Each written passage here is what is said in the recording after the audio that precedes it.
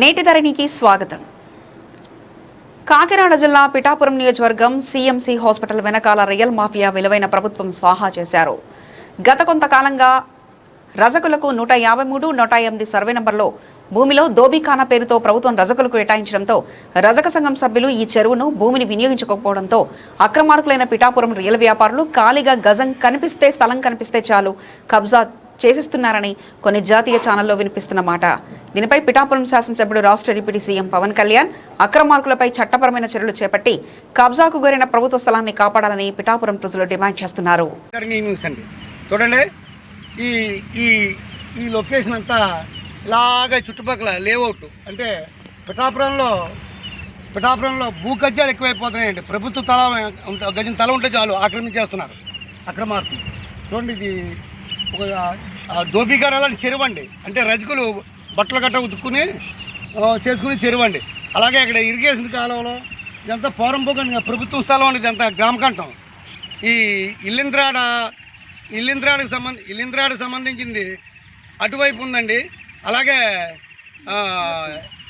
నరసింగపురం పంచాయతీ అండి ఇదంతా. ఇక్కడ ఇలాగ ఇటు చూస్తే శ్మశానం పక్కన ఊర చెరువు కూడా ఒకటి ఉందండి. ఊర చెరువు కూడా ఉందండి. కానీ ఇక్కడ పిఠాపురానికి సంబంధించిన ఒక ప్రముఖ రియల్ వ్యాపారి ప్రజారాజ్యం పార్టీలోని గట్రా పనిచేయడు ఆయన. అలాగే ఇప్పుడు పవన్ కళ్యాణ్ అంటూ తిరుగుతున్నాడు.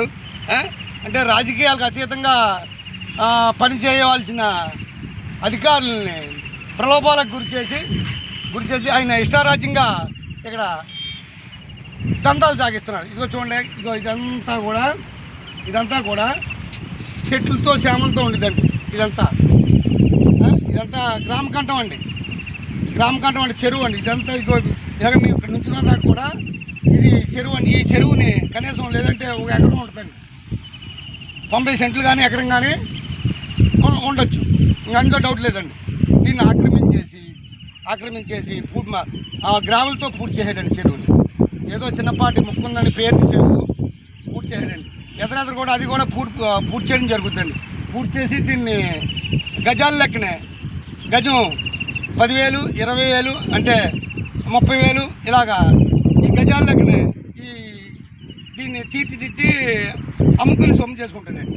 అంటే 90 సెంట్లు అంటే ఎకరం ఇంచుమించు 5 కోట్ల రూపాయలు, 4 కోట్ల రూపాయలు మన ప్రముఖ రియల్ వ్యాపారి మింగేస్తున్నాడండి.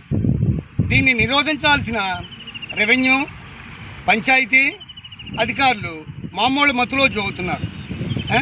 చూడండి, మరి ఇది ఎంత దారుణమో. ఇది పిఠాపురం నియోజకవర్గం అండి. ఈ పిఠాపురం నియోజకవర్గంలో అవినీతి విచ్చలవిడిగా జనసేన పార్టీ అంటూ అతను సాగిస్తున్నాడు. దీనిపై రాష్ట్ర డిప్యూటీ సీఎం పవన్ కళ్యాణ్ గారు పిఠాపురం సిఎంసి హాస్పిటల్